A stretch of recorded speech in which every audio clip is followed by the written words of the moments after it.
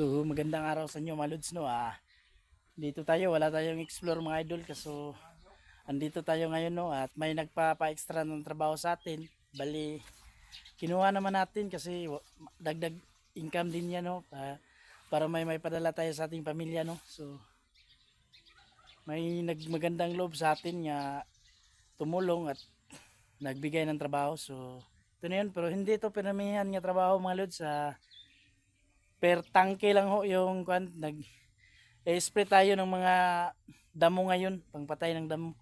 So samahan nyo ako mga lods, tara. Medyo malayo din so alam nyo kasi mga idol, dito sa lugar namin maraming nakatanim na saging yung mga may-ari nito. So kulang sila ng tao, so naghanap sila. So na tiyempohan naman na tayong sinabihan kaya kinuha na natin. Bali pala ang sahuran dito kapag nakaubos ka ng isang tangke ng spray can, bali 35 pesos lang. So kung sa isang araw maka 10 tangke ka, edi may 350 pesos ka. So okay na yun, dagdag income naman. So malayo-layo din yung kinukuhaan natin ng tubig no. So kailangan pa nating maglakad para puntahan yun at dito lang tayo nag-spray. So samahan nyo ako mga lods. So malapit na tayo no. So malapit lang tayo dito sa ito na tayo.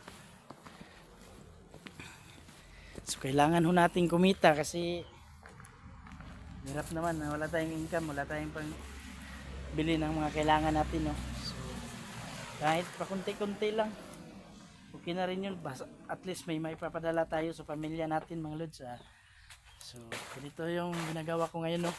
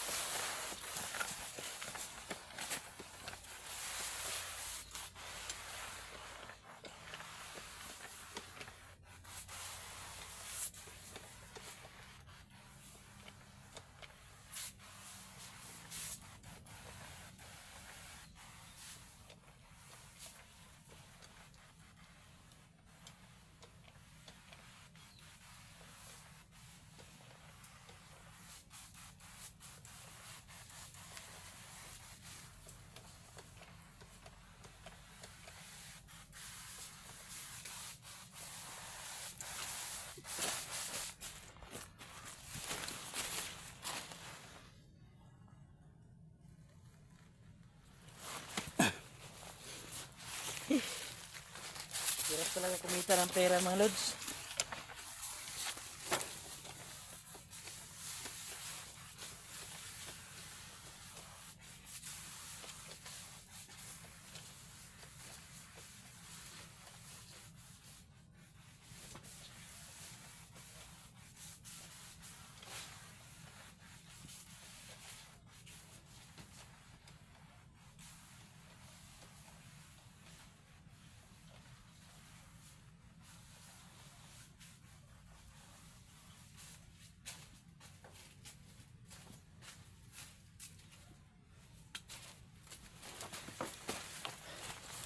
So kailangan tayong magkayod mga lods no, para may maibigay tayo sa ating pamilya. So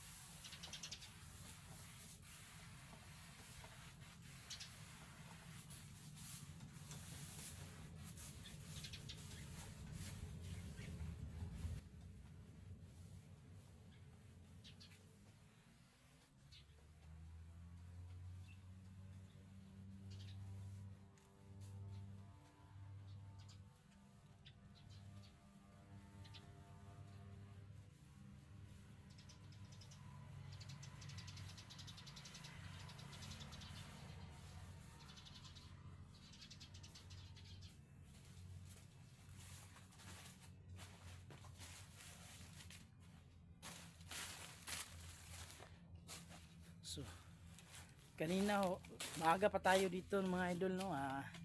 Nakatapos na tayo ng 6 na tangke. So pang-7 na to. So kasi kapag mainit na masyado, hindi na tayo pwede mag-spray kasi delikado na yun sa kalusugan. So medyo sanay din ho naman tayo sa ganitong trabaho. Kaya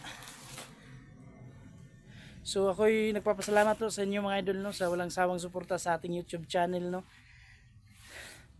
So salamat talaga sa inyo mga lods. Hindi dahil sa inyo hindi mamimonetize yung YouTube channel natin. So kahit monetize na tayo mga idol, kailangan pa rin nating mag-extra ng trabaho kasi wala pa tayong kita, no. So mahan nyo lang ako mga idol.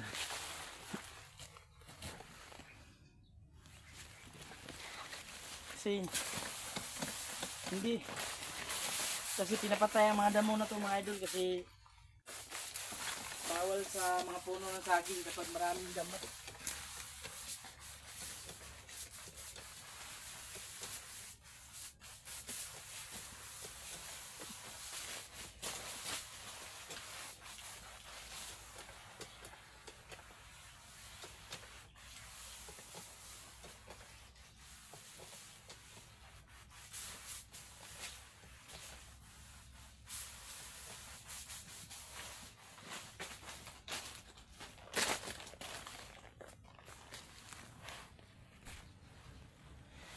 So dito lang ho tayo sa tabi ng daanan, no. Hindi naman delikado ang area na to kasi along the highway to eh. Hindi tayo doon sa may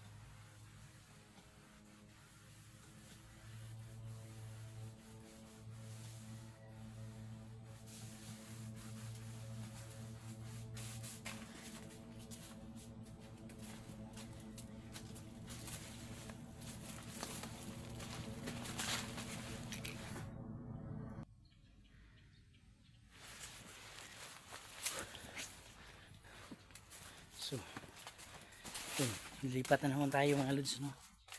So, medyo matataas ng damo dito. Yan ang pinapalinisan ng amo natin.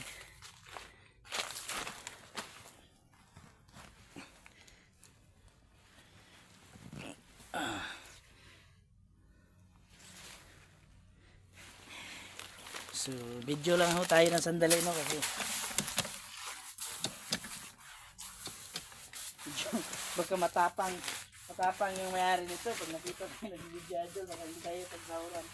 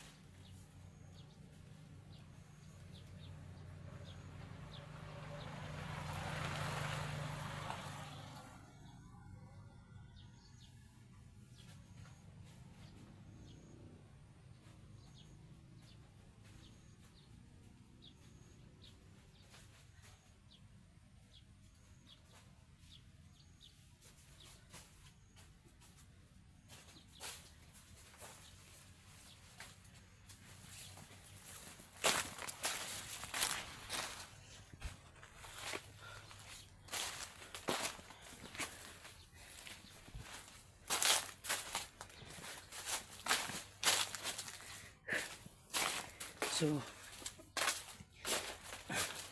naubos na ho yung laman nitong tangke, no. So ayun, kukuha na naman tayo ulit doon. Lalagyan na naman natin to para i-spray din ulit. So pahinga muna tayo mga lods kasi medyo mainit eh.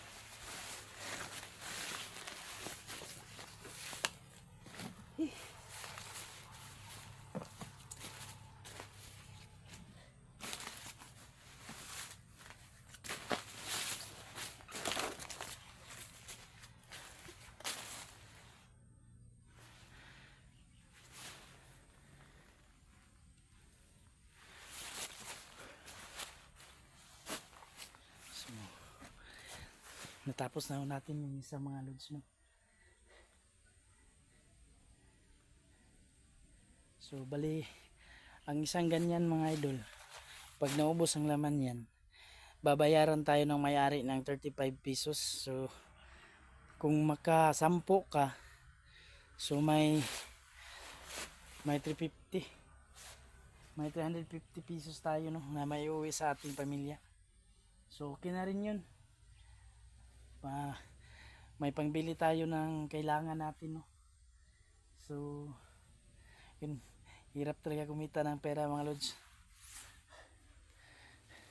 pero kailangan nating kumita kasi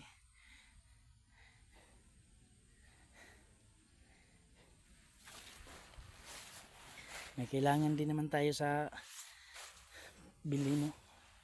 So ganito yun mga lods, no. Halos kasi dito sa lugar namin ang tanim saging, no. Ito puno ng saging kasi kailangan din namang linisan kasi yung mga pangpataba, kung hindi malinis yung mga puno ng saging mo, doon lang mapupunta sa mga damo yung kapag pataba daw.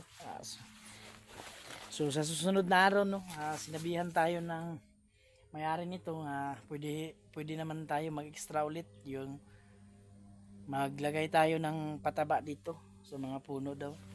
So ayun, susunggaban natin yan, ang porsyente na yan. So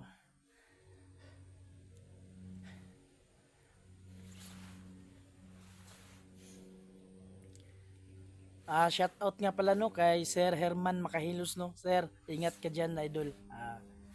God bless idol.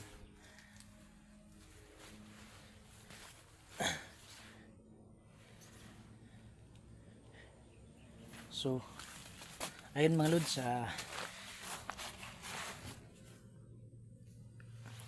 kukuha na naman ulit tayo mga lods, no, para madagdagan naman yung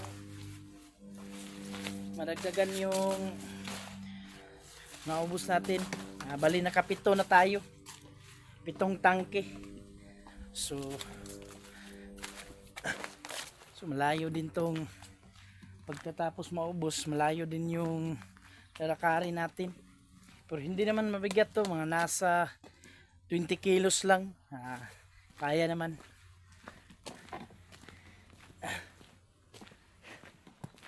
Laban lang tayo mga lods kasi kailangan din yung natin kumita. Paano naman yung mga pamilya natin, no, kung wala tayong income. So kahit mahirap, tuloy pa rin. So malayo-layo din yung pagkukuha natin ng tubig, no. So, kailangan lagyan ng tubig yung spray can natin. So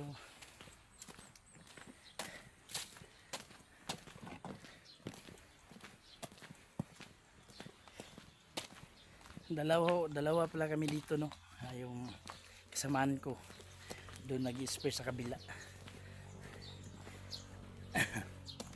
So siya po yung nagpapasok sa akin dito kasi nagkausap kami nung isang araw kung may pagka-extrahan ba. Ayun, no. Ayan ho yung kasamaan ko, no, milod siya ho yung nagpasok sa akin dito. Ayun, patay ka ng may-ari niyan, pati So ito, kukuha din tayo, no. Ito pala yung kuhaan namin ng tubig. Ito yung mga nilagay namin sa, so magpapaalam na ako mga idol, no. Off cam muna ako, baka makita tayo ng may-ari, pagalitan tayo, hindi tayo pagsahurin. So salamat mga idol at samahan nyo ako ninyo. So God bless you mga idol.